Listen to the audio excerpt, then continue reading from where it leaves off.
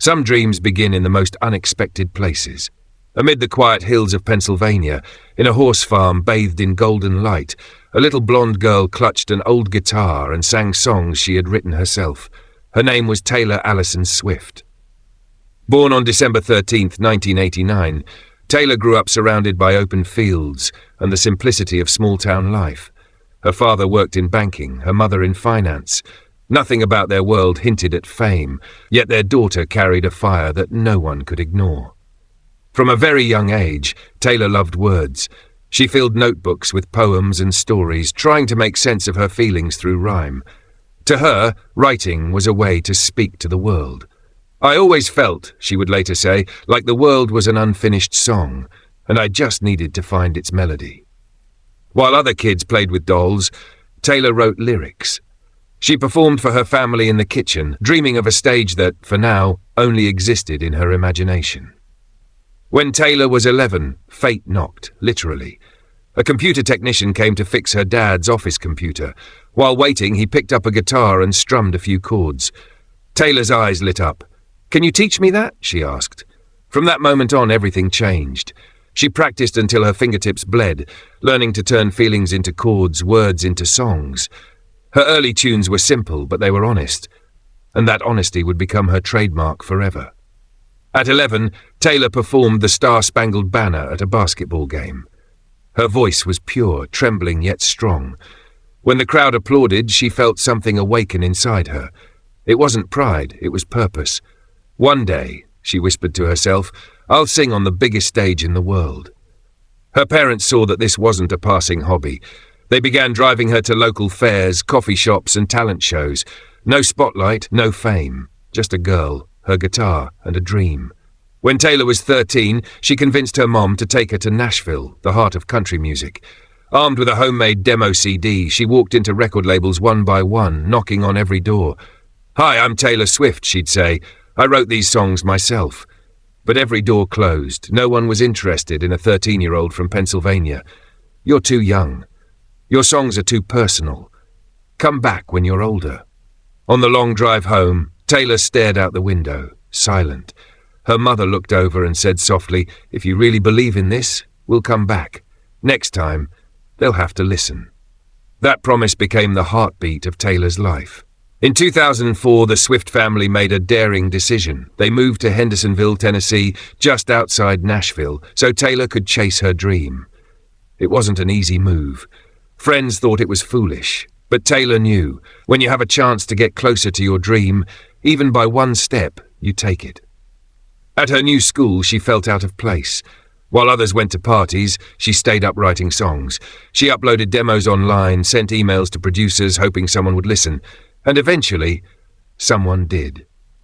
Taylor landed a development deal with RCA Records. It was a dream come true, or so she thought. After a year, the label told her to wait until she was older to release music. But Taylor couldn't wait. "I need to tell my story, now." She left RCA, a decision almost unheard of for a 15-year-old. Then fate struck again. During a performance at the Bluebird Cafe, a small Nashville venue, Taylor caught the attention of Scott Borchetta, who was starting a new label, Big Machine Records. "I don't have much," he told her, "but if you believe in me, we'll build something together." Taylor believed, and that handshake in a dimly lit cafe would change pop music forever. Taylor threw herself into work. She wrote hundreds of songs, stayed up all night recording demos, experimenting with melodies. No glam squad, no team, just raw passion. "I don't write songs to be famous," she said. "I write them so I won't forget how I feel." She poured her teenage heart into lyrics about love, friendship, and loneliness. Out of those late nights came songs like Tim McGraw and Teardrops on My Guitar, songs that sounded simple but felt real. In 2006, at just 17, she released Tim McGraw. There was no big marketing plan, no global campaign, just honesty, and people listened. Her soft country twang and emotional storytelling struck a chord across America. Her debut album, Taylor Swift, soared up the Billboard charts, turning her into country music's newest sensation. A girl who had once been turned away by every label now stood under the bright lights of Nashville, guitar in hand, singing her truth. After her first major concert, Taylor stood alone backstage, looking at the crowd, holding up signs that read, "We love you, Taylor." Tears welled up in her eyes. In that moment, she realized this was only the beginning. Ahead lay heartbreaks, scandals, triumphs, and transformation. But right then, she was just a 17-year-old girl who had made the world listen. From a quiet Pennsylvania farm to the shimmering lights of Nashville, a star had begun to rise. A young woman who dared to dream, dared to believe, and never stopped writing her own story. Because sometimes legends don't start in stadiums or studios. Sometimes they start with a little girl, a guitar, and a dream that refuses to die. Fame rarely arrives like lightning. Sometimes it creeps in slowly, like the first light of dawn. For Taylor Swift, that light began to break in 2008, when the world first heard a song that sounded like a fairy tale, rewritten by a teenager with a pen and a guitar. The song was called Love Story. It started in her bedroom, an 18-year-old girl sitting by a window, guitar in hand, writing about a love her family didn't approve of. So, she later said with a laugh, I gave it the ending I wished I had. That imagined ending would become an anthem for millions. When the violins soared and the chorus rang out, Romeo, take me somewhere we can be alone, it wasn't just Taylor's story anymore. It was everyone's story. By the time Fearless was released in 2008, Taylor had grown from a promising country newcomer into the heartbeat of a generation. The album was more than a collection of songs. It was a diary set to music. A fearless declaration of emotion, honesty, and youth. Each track was a window into a different piece of her heart. 15 told the story of innocence and first heartbreak. Whitehorse explored the pain of realizing fairy tales aren't real. And You Belong With Me became a global anthem for everyone who had ever loved quietly from the sidelines. Fearless wasn't just heard, it was felt. It debuted at #1 on the Billboard 200 and stayed there week after week. Critics praised her storytelling, fans clung to every lyric, and suddenly, Taylor Swift wasn't just a girl from Nashville. She was a voice that spoke for millions. When Taylor walked onto the Grammy stage in 2010, tears in her eyes and a glittering gold gown trailing behind her, she was only 20 years old. In her hands, 4 Grammy Awards shimmered beneath the lights, including Album of the Year, making her the youngest artist ever to win it at the time. She stood before the world, her voice trembling with disbelief, and said softly, "This is for anyone who has ever written a song alone in their bedroom." It wasn't just an acceptance speech. It was a moment of validation for dreamers everywhere. But fame comes with a price. The brighter the light, the darker the shadow. In 2009, Taylor experienced one of the most public and painful moments of her early career. During the MTV Video Music Awards, she won Best Female Video for You Belong With Me, a monumental win for a country artist in a pop-dominated world. But before she could finish her speech, rapper Kanye West stormed the stage, interrupting her in front of millions. The crowd gasped. Taylor froze, clutching her award, her smile faltering as confusion and shock crossed her face. It was supposed to be a night of triumph, yet it became a moment of humiliation. But instead of responding with anger, Taylor went home and did what she always did. She wrote. No matter what they say, she told herself, I'll keep writing my story. From that pain came power. In 2010, Taylor released Speak Now, an album she wrote entirely on her own. Every word, every chord, every melody came straight from her heart, raw, unfiltered, and real. It was her way of taking back control, proving that her voice was her own and always would be. Songs like Back to December and Enchanted revealed a maturity beyond her years, weaving poetry into pop. Each lyric was a confession, and each confession became a bridge between her and her listeners. Her tour for Speak Now sold out across continents, with thousands singing along to every word. Yet, even in massive arenas, she still made every person feel like she was singing just for them. That was her magic, turning stadiums into living rooms and fans into friends. But as her fame expanded, so did the scrutiny. The tabloids followed her every step. Headlines picked apart her clothes, her relationships, her smiles. Overnight, Taylor Swift, the girl who had been everyone's best friend, became a target. Every heartbreak was exaggerated, every song dissected. Yet through it all, she never lashed out publicly. She answered the only way she knew how, with music. For every insult, she wrote a melody. For every criticism, a lyric. That's what artists do. They bleed quietly onto paper, turning wounds into art. At its core, Fearless was never about fairy tales. It was about courage, about daring to feel deeply in a world that teaches you to hide your heart. To me, Taylor once said, being fearless doesn't mean you're unafraid. It means you jump even though you're scared to death. That idea, that courage could exist alongside vulnerability, became her legacy. Young women across the world found strength in her honesty. They didn't just listen to her songs, they grew up with them. Taylor wasn't telling them how to live. She was reminding them that it was okay to feel. By the time Fearless had sold millions of copies, Taylor Swift had already transcended music. She was no longer just a singer or a songwriter. She was a storyteller of the human experience. Her songs became mirrors, reflecting heartbreak, joy, loss, and hope. And as her melodies filled stadiums, they also filled hearts. As the Fearless tour came to a close, Taylor would often stand on stage after the final encore, just watching the crowd. Tens of thousands of people, voices hoarse from singing her words, lights swaying like stars. She'd smile through tears, her heart full. This, she'd whisper to herself, is all I ever wanted. But even then she knew this wasn't the end. It was only chapter 2. Her music would evolve. Her world would grow bigger, louder, and more complex. And her heart, her compass, would guide her toward the next horizon. The little girl from Pennsylvania who once wrote songs in a notebook had become the voice of a generation. But she wasn't done dreaming. Taylor Swift had only just begun to rewrite the sound of her era, one fearless song at a time. Growing up is not a single moment. It's 1,000 tiny realizations. The first time you fall in love, the first time you lose it, and the first time you realize that even pain can be beautiful. For Taylor Swift, that realization came in shades of red. By 2012, Taylor had already conquered country music. She'd become the youngest artist to win Album of the Year, sold out arenas across continents, and written herself into millions of hearts. But she was restless. The same girl who once sang about fairy tales now wanted to explore the chaos that comes after Happily Ever After. So she began to write again, not about innocence, but about intensity, about the kind of love that consumes and confuses, burns and bruises, the kind of love that feels red. Red wasn't just an album. It was an emotional map, a canvas of colors where passion met heartbreak. I called it Red, Taylor explained, because my emotions were all over the place. Love, jealousy, loss, confusion, they were all shades of red. Every song captured a moment that had left a scar or a smile. State of Grace shimmered with optimism. I Knew You Were Trouble roared with regret. 22 danced with reckless joy.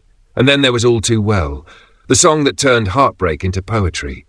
Written from a place of real pain, All Too Well wasn't just a breakup song. It was a memory preserved in melody, vivid, painful, and heartbreakingly detailed. You call me up again just to break me like a promise, she sang, her voice cracking. Listeners could feel it, the trembling honesty, the way every word seemed to bleed. Critics would later call it one of the greatest songs of her generation, but for Taylor, it was simply survival. Writing it was how she breathed again. Red marked Taylor's transition from country to pop, and not everyone was ready. Some fans questioned the new sound, some critics doubted her direction. But Taylor had never been afraid to evolve.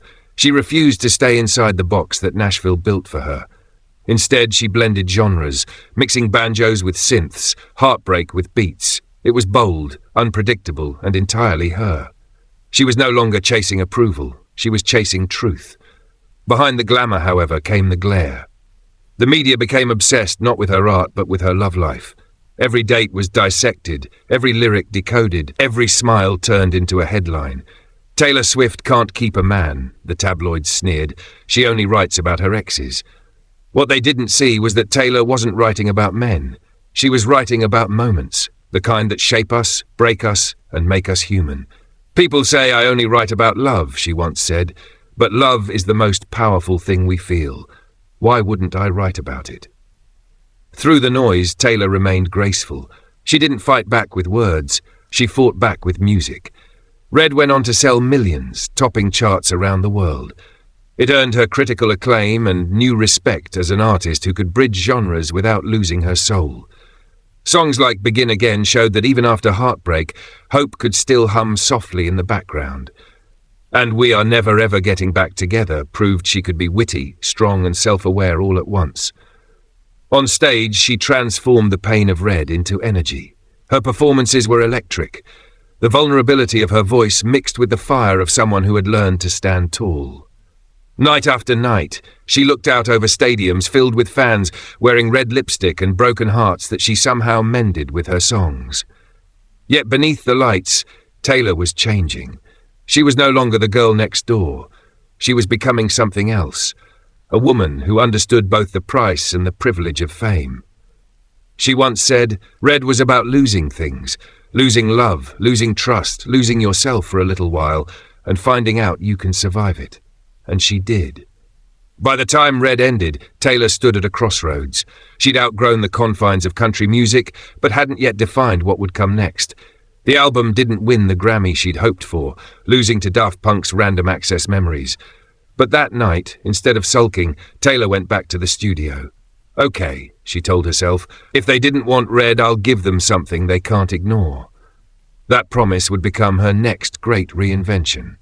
In hindsight, Red was the album that bridged two worlds, the innocence of her past and the power of her future. It taught her that heartbreak could be a teacher, that evolution was not betrayal, and that the truest art often comes from the messiest places.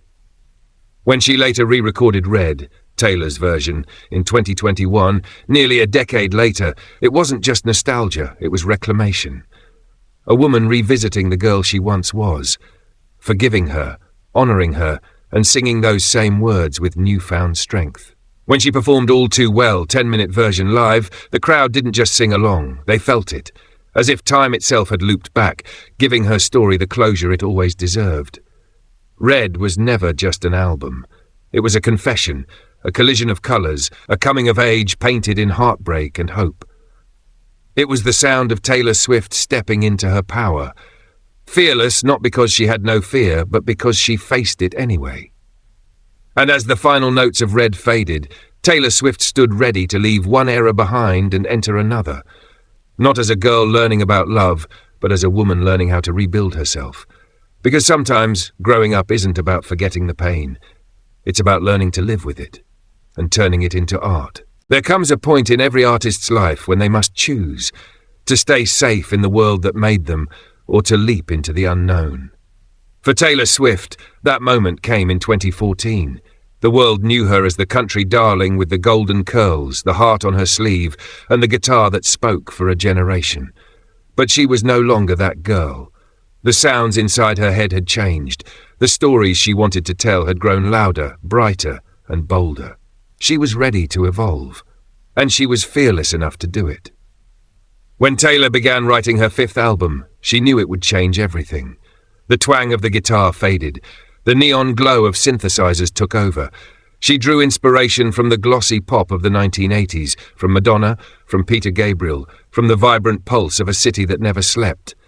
That city was New York, and she would name her rebirth after the year she was born, 1989. Leaving country music behind wasn't easy. It was the world that had raised her, the community that had celebrated her and sometimes confined her. You can't please everyone, she once said, but you can be honest with yourself. And honesty for Taylor now sounded like pop. 1989 wasn't just an album, it was a declaration. The lead single, Shake It Off, exploded like confetti into the air, a defiant anthem against judgment and mockery. Haters gonna hate, hate, hate her, she sang, spinning in circles, laughing at the chaos around her. It wasn't arrogance, it was liberation. For years the media had labelled her the serial dater, the victim, the good girl gone dramatic.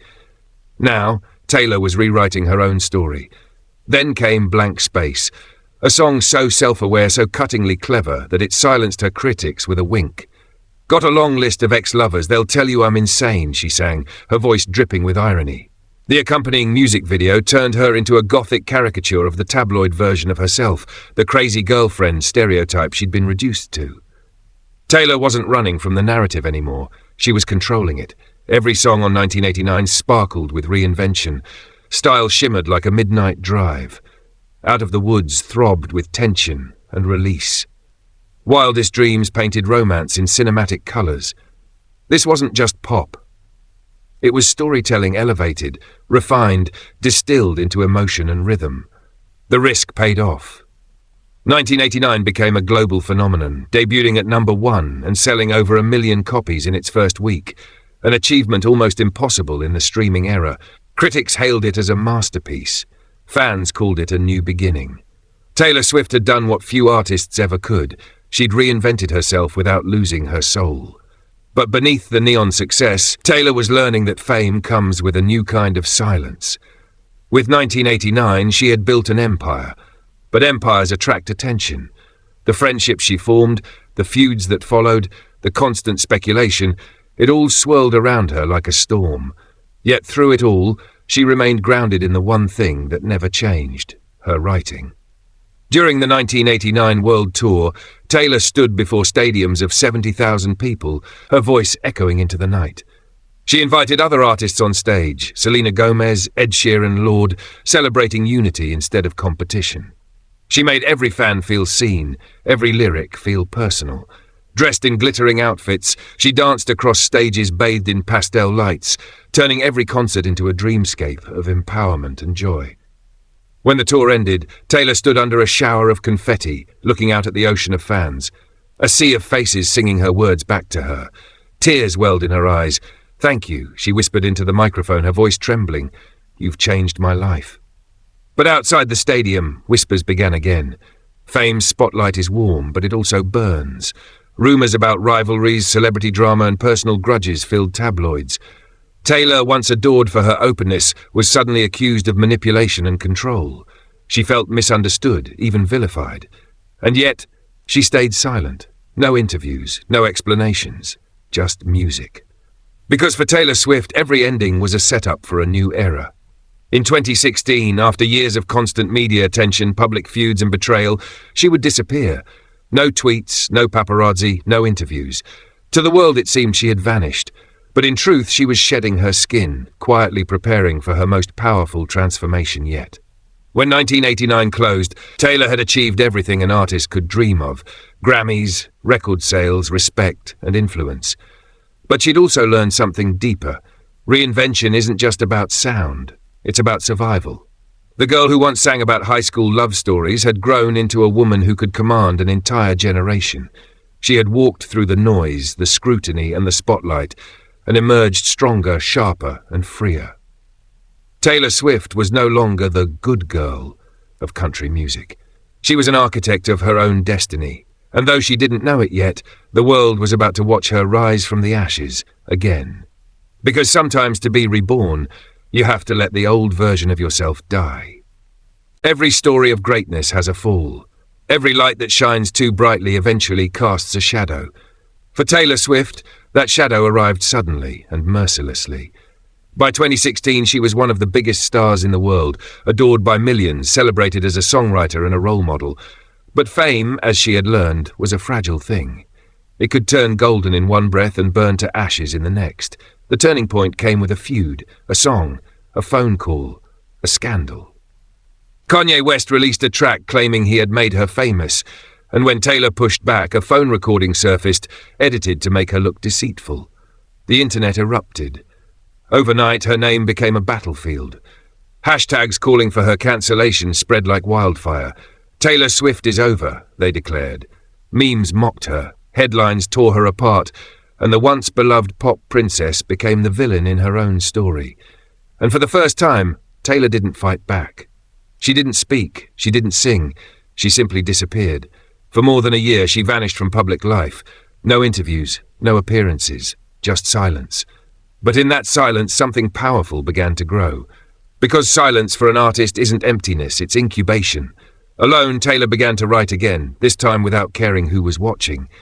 She wrote about betrayal, anger, survival, and from those dark emotions came a new sound, heavier, sharper, louder. In 2017, she returned, not quietly, but like a thunderclap. The world met a new Taylor Swift, one who had shed her skin and left her past self behind. Her message was simple, delivered through one unforgettable line. The old Taylor can't come to the phone right now. Why? Oh, because she's dead. That line marked the birth of Reputation, the album of rebirth. Reputation was defiance turned into sound. From the pounding bass of "Look What You Made Me Do" to the sleek venom of "I Did Something Bad," Taylor took every insult, every accusation, and transformed them into art. She wore the snake, once a symbol of her humiliation, as her crown. The aesthetic was darker, the lyrics bolder, the tone unapologetic, yet underneath the thunder there were still glimpses of vulnerability. Delicate whispered of fragile love, New Year's Day spoke of tenderness after chaos. For all her fire, Taylor was still human, still searching for connection amid the noise. Her Reputation Stadium tour was her triumph. Each night she stood before 70,000 people, the same world that had once tried to destroy her, and they screamed her name louder than ever. The snake, her symbol of reclamation, slithered across screens as she performed. There will be no explanation, she told the crowd. There will just be reputation. It wasn't revenge. It was rebirth. By 2019, the storm had passed. The headlines had faded, and Taylor was ready to step into the light again. She emerged with Lover, a pastel sunrise after years of darkness. Gone were the blacks and reds. In their place came pinks, blues, and gold. It was an album about love, not the chaotic kind, but the safe, enduring kind. Songs like Lover, Paper Rings, and The Archer reflected peace, joy, and self-acceptance. After surviving the world's scrutiny, Taylor had found beauty again. But peace didn't last long. Later that same year, Taylor discovered that the rights to her first 6 albums, her life's work, had been sold without her consent. Her entire musical legacy now belonged to someone else. For most artists, it would have been a devastating blow. For Taylor, it became a mission. "These are the songs I wrote about my life," she said. "They're mine." And once again, she took back control. She announced that she would re-record every album, every song, reclaiming ownership over her art. It was a radical act, an artist rewriting history in real time. The re-recordings marked Taylor's version, became a cultural movement. Fans rallied behind her, streaming the new versions, celebrating her defiance. In a world where women were often told to sit down and be quiet, Taylor stood taller than ever. Her voice, her art, her legacy, finally hers again. Then came 2020, the year the world fell silent. Concerts stopped, streets emptied, and humanity paused. And in that stillness, Taylor found something new: peace. Without the noise of fame, she rediscovered the quiet joy of storytelling. Locked away in a cabin, she began to write songs not about herself, but about characters, histories, and worlds beyond her own. From that creative solitude came Folklore. Released without warning, Folklore felt like stepping into a dream. It was soft, haunting, intimate, the sound of candlelight and rain. Songs like Cardigan and Exile explored nostalgia, memory, and longing, while The Last Great American Dynasty told someone else's story entirely, weaving fact and fiction like an author with a pen dipped in emotion. Gone were the polished pop beats. In their place were whispers, guitars, and poetry. It was Taylor's most introspective work, and perhaps her most powerful. Just months later, she released Evermore, a sister record to Folklore. Together they formed a mirror, 2 sides of the same soul, wistful, wise, and timeless. The world locked away in isolation found comfort in her music. Critics called Folklore a masterpiece. It won Album of the Year at the Grammys, making Taylor the only woman in history to win that honor 3 times. By then, Taylor Swift had transcended fame. She had been adored, destroyed, resurrected, and reborn, and through it all, she had never stopped writing. Her pen had become her sword, her refuge, her voice. "I want to be defined by the things I love," she once said, "not the things I'm afraid of." With Folklore and Evermore, that definition became clear. She was no longer chasing trends or proving herself. She was simply creating, freely, beautifully, honestly. The girl who once wrote songs in a farmhouse had become one of the greatest storytellers of her generation. She had turned pain into power, silence into symphony, and loss into legacy. When the world tried to bury her, Taylor Swift planted roots. When they said she was finished, she bloomed. And as her music drifted across the quiet nights of a pandemic world, one truth became undeniable. She had not only survived, she had ascended. By 2023, Taylor Swift was no longer just a name. She was a phenomenon, a force of nature that had transcended the boundaries of music itself. She had written her pain, rewritten her past, and now she was ready to celebrate every version of herself. The world had watched her grow up, from the girl with the guitar to the woman who could silence stadiums with a whisper. But now, Taylor wasn't just looking back. She was inviting everyone to come with her, through every chapter, every heartbreak, every era. And that's how the Eras Tour was born. When Taylor announced the tour, the internet exploded. Ticket websites crashed. Fans camped out online for days. Every city sold out in minutes. This wasn't just another concert. It was history in motion. Each night, Taylor walked on stage, not as one version of herself, but as all of them. Fearless, Red, 1989, Reputation, Lover, Folklore, Evermore, and now Midnights. Woven together like a tapestry of memories. The lights dimmed, the crowd roared, and then silence, a heartbeat, a breath. Taylor appeared. Dressed in glittering gold, she smiled at the sea of faces before her, faces painted with lyrics, tears, and devotion. "It's been a long time coming," she whispered into the mic. The stadium erupted. For the next 3 hours, she told her life story in song. Each section of the show became its own world, a living museum of her evolution. During Fearless, she spun in her golden dress, her guitar gleaming under the lights. During Red, she danced with fire, red smoke curling around her as she sang All Too Well, 10-minute version, her voice trembling with power and grace. When she reached Reputation, the stage transformed into a dark empire of snakes and thunder, her energy commanding every inch of the crowd. Then the tones softened.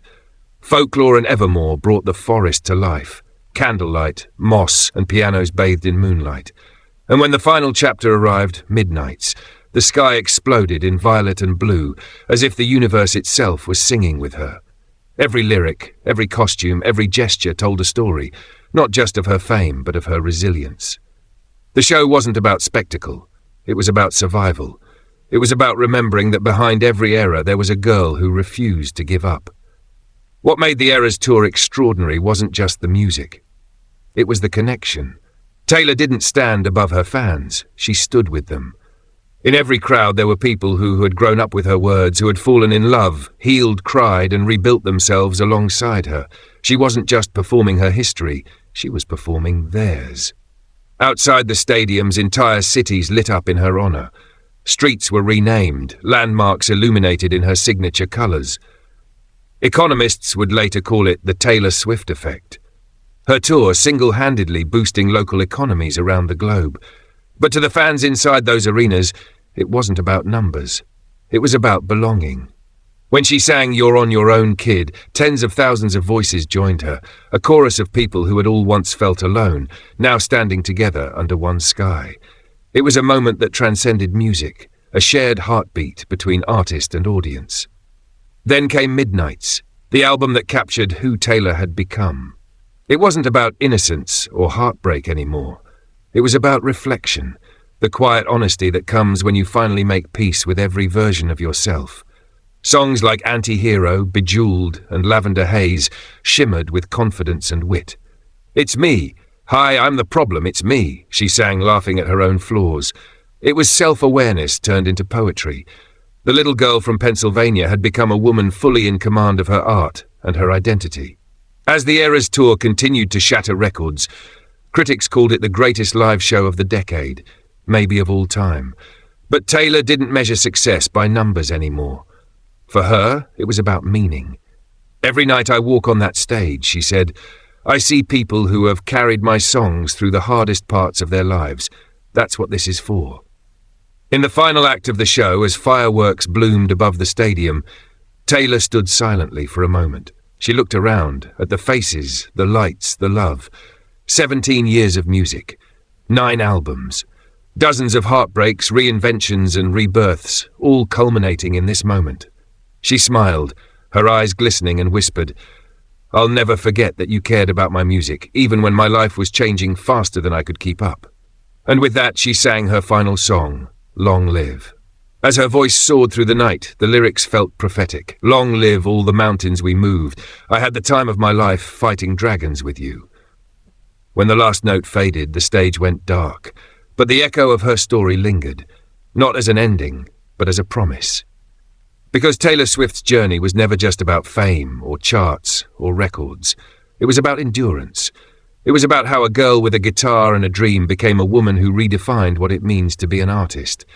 It was about storytelling and the courage to keep telling it, no matter how the world changes. From a farmhouse in Pennsylvania to the largest stadiums on earth, from heartbreak to hope, from silence to symphony, Taylor Swift had not only survived the industry, she had conquered it, rebuilt it, and humanized it. She had become a living legend. And as the lights came back on and the crowd continued to sing even after she'd left the stage, one truth stood clear. Taylor Swift's eras weren't just chapters in her career, they were chapters in our lives. Her story wasn't ending. It was only evolving, just like her music and just like the millions of hearts she continues to touch.